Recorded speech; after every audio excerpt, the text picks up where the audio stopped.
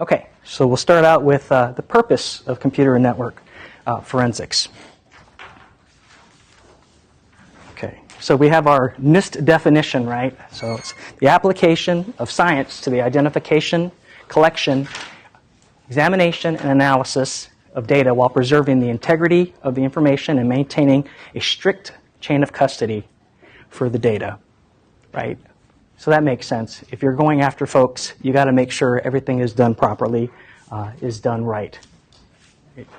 And here it called multiple things. Sometimes it's computer, if you're talking about host. Sometimes it's called network, if you're looking at the network data piece of it. And of course, more recent times, the mobile device forensics is getting bigger and bigger now. Everybody has a phone. Many people have tablets. So it's heading in that direction. In general, if you use the term digital forensics, right, the ones and zeros is what we're really talking about, no matter what it's sitting on or what it's flowing through. It tends to become a little easier. People understand what you're talking about if you use the term digital forensics. You've heard about the OPM breach. You've heard of a while back Target, Neiman Marcus. You've heard of a lot of different companies.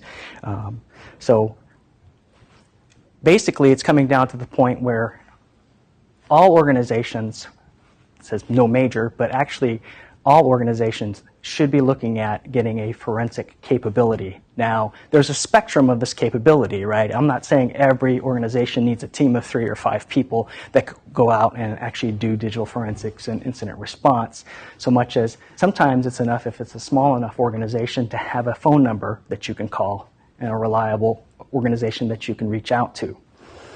So that's the sort of thing we're talking about here, right? If the data is damaged, stolen, otherwise compromised, the organization should have the capability, some of you are all part of this kind of a team, should have the capability to reconstruct what happened.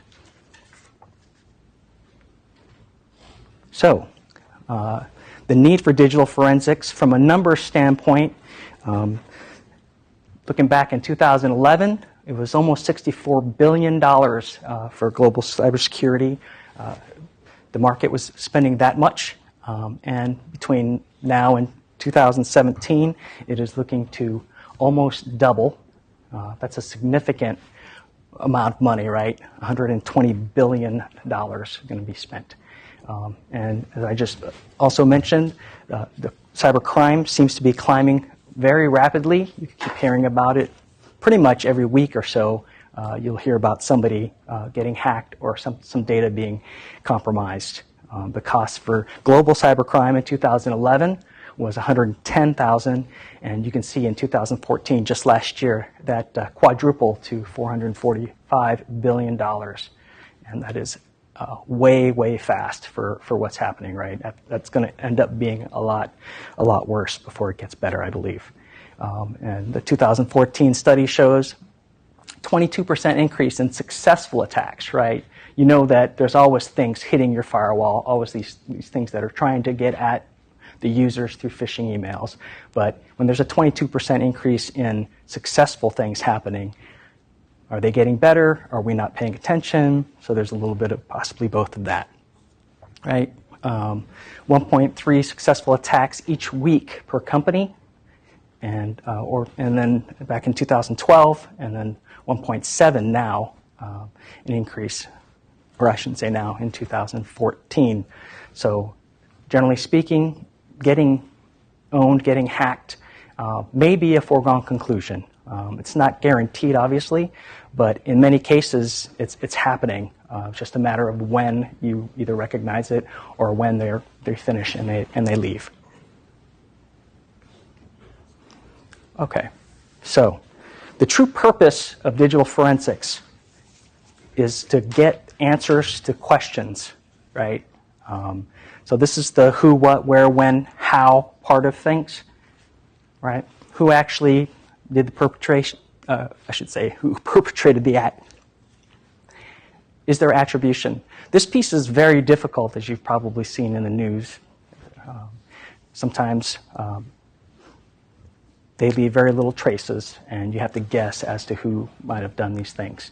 If it's industrial espionage, maybe it's one of your competitors, right? If it's governmental, maybe it's a nation state. Sometimes the attribution is obvious. throw it in your face, right? They deface your Facebook page or your Twitter account or whatever it is. And some hacktivists, announce it to the world that we took care of these folks or we took care of this organization.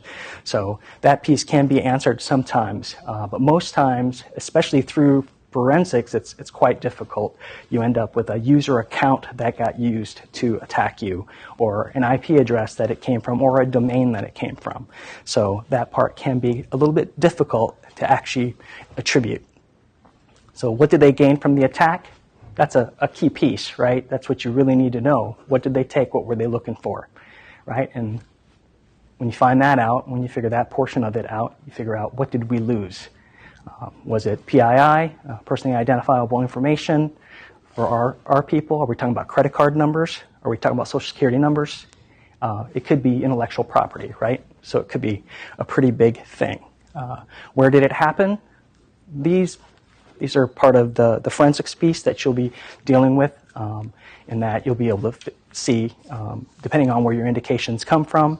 Sometimes they come internally from your alerts. Sometimes the FBI knocks on your door, or somebody else calls you up and says, we happen to find some of your data or some of your information on our servers, or et cetera. So that portion of it can happen as well.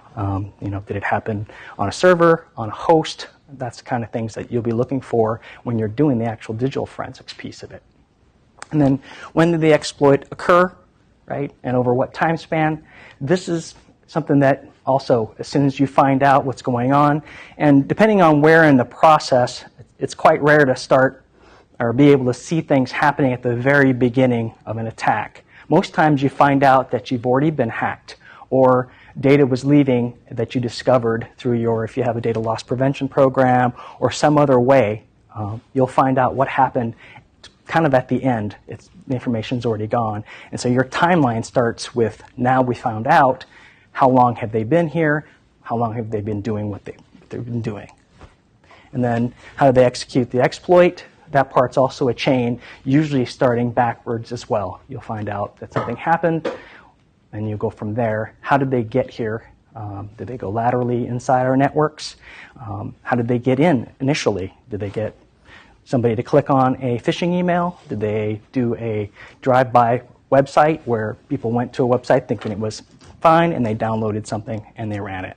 So those are the kind of questions that you're answering with digital forensics. So that last line is pretty key. When you hear the term forensics, what do you think?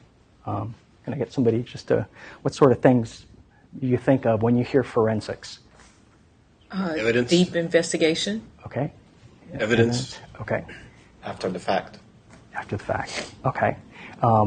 So a lot of times, as I understand it, and maybe forensics in the traditional sense, right, is a crime scene.